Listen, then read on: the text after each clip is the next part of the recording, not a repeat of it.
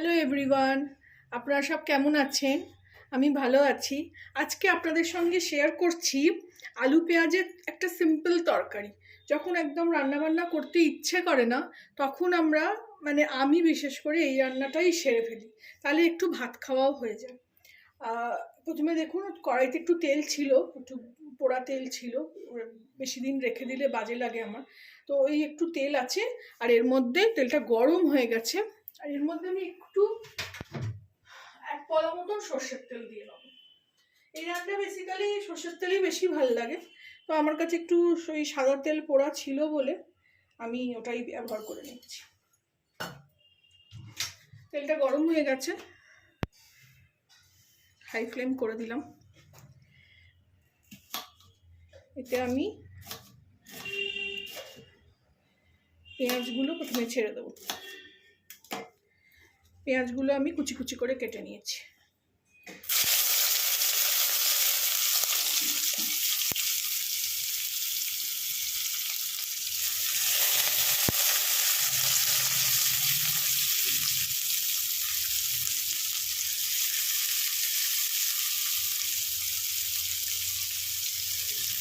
পোড়া তেল আমি বেসিক্যালি মাংস টাংস রান্না করলে করে নিই, ফেলে রেখে দিই না। কিন্তু মাংস করা হয়নি অনেকদিন, খেতেও ইচ্ছে করছে না। জানি না, চিকেন এখন ভালো লাগে না খেতে, তাই একটু আলু পেঁয়াজের তরকারি করছি। খুব সিম্পল রান্না, ঘরে আলু পেঁয়াজ থাকলেই রান্নাটা হয়ে যাবে। আমি তো কিছুই দিই না, কিন্তু আজকে একটু আদা টমেটো দিয়ে করব।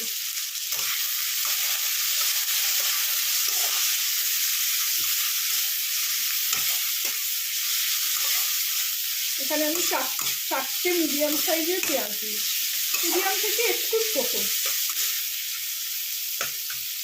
একটু পেঁয়াজ বেশি দিলে ভালো লাগে এই রান্নাটা।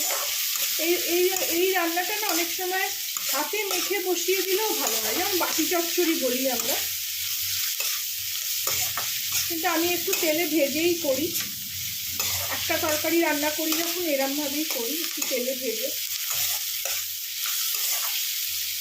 আপনারা এর মধ্যে চিংড়ি মাছও দিতে পারেন, আবার ডিমের অমলেট করেও দিয়ে নিতে পারেন। আমি আজকে আর কিছুই করছি না।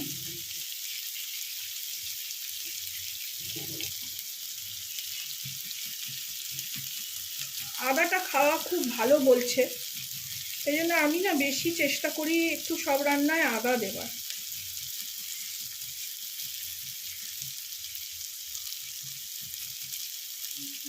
রসুনটা না আমার সব রান্নায় ভাল লাগে না, রসুন দিলেই একটা অন্যরকম গন্ধ হয়ে যায়। আদার রসটা আমি দিয়ে দিলাম। এই ছিবড়েটা আমি কখনো দিই না।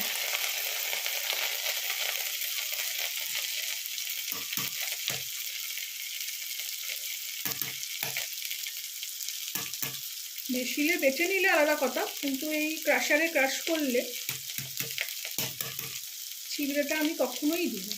ছিবড়েটা আমি রেখে দিই, ফেলেও দিই না, একটু চা করলে চায় দিয়ে, তাতে আদা চাও হয়ে গেল খাওয়া।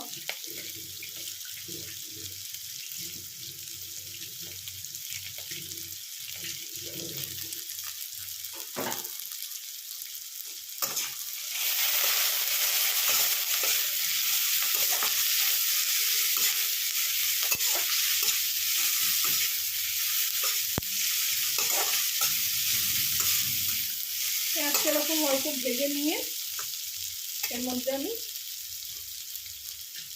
আলু, এরকম আলু ভাজার মতন করে কেটে রেখেছি। 3টে আলু নিয়েছি বড় বড়।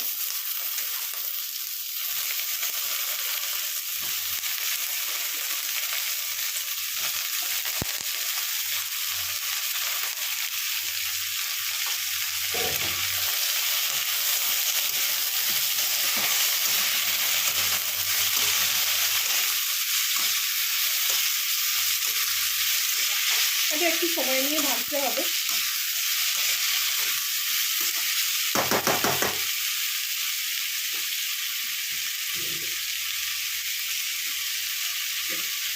আমার রান্না করতে করতে অনেক কিছু আওয়াজ শুনতে পাবেন, কারণ আমি লাইভ করি, আমি কখনো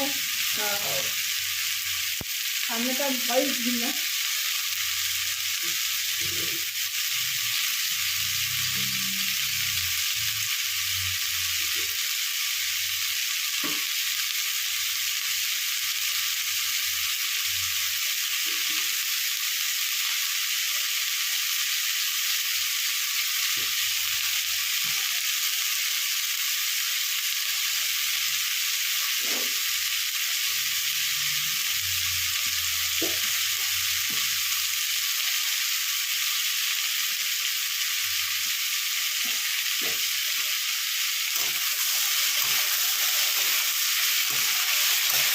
একটু ভালো করে ভেজে নিয়ে আমি ফেলে দেবো।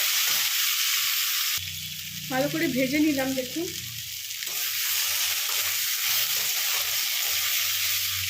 এখন পেঁয়াজগুলো নরম হয়ে গেছে আর এগুলো আলুগুলো লাল লাল হয়ে গেছে। এর মধ্যে আমি এবারে একটু টমেটো, একটা ছোট দেখে একটা কাঁচা লঙ্কা আর একটু আদা বাটা দিয়ে দেবো।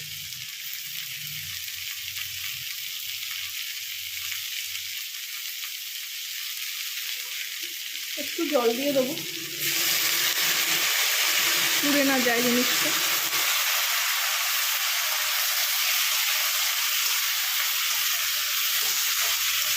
এরপর আমি এতে একটু শুকনো মশলা,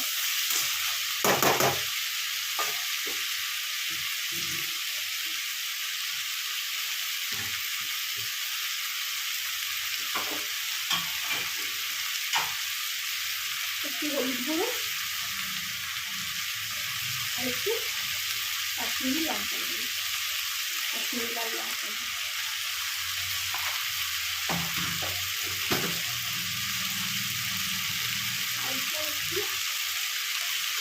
আলুর ব্যালেন্সের জন্য চিনি,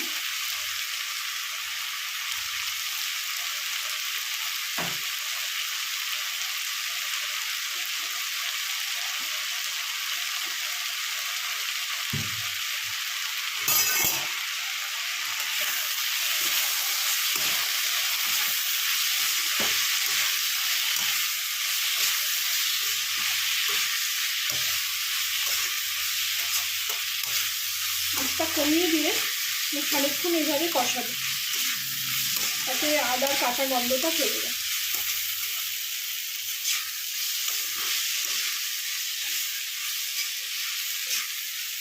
আর টমেটোগুলো সব চলে যাবে। কষিয়ে নিয়ে আমি ফেরত আসছি। দেখুন ভালো করে কষিয়ে নিয়ে ফেরত আসলাম, রংটাও কত ভালো হয়েছে। এবার একটু জল দিয়ে দেবো।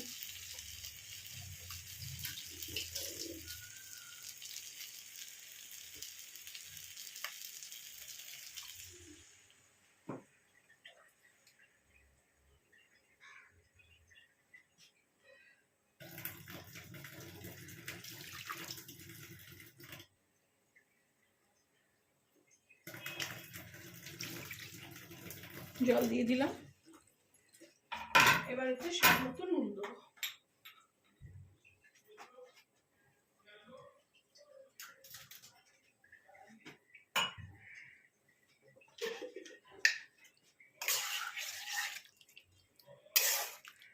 একটু ঝোলঝোলি রাখবো ভাত দিয়ে খাওয়ার জন্য, আলুটা সেদ্ধও হবে।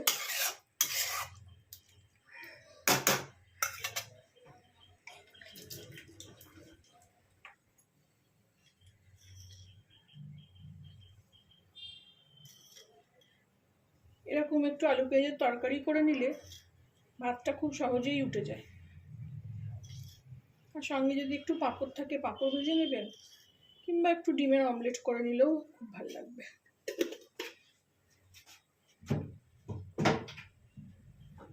এবার এটা আমি চাপা দিয়ে দেব।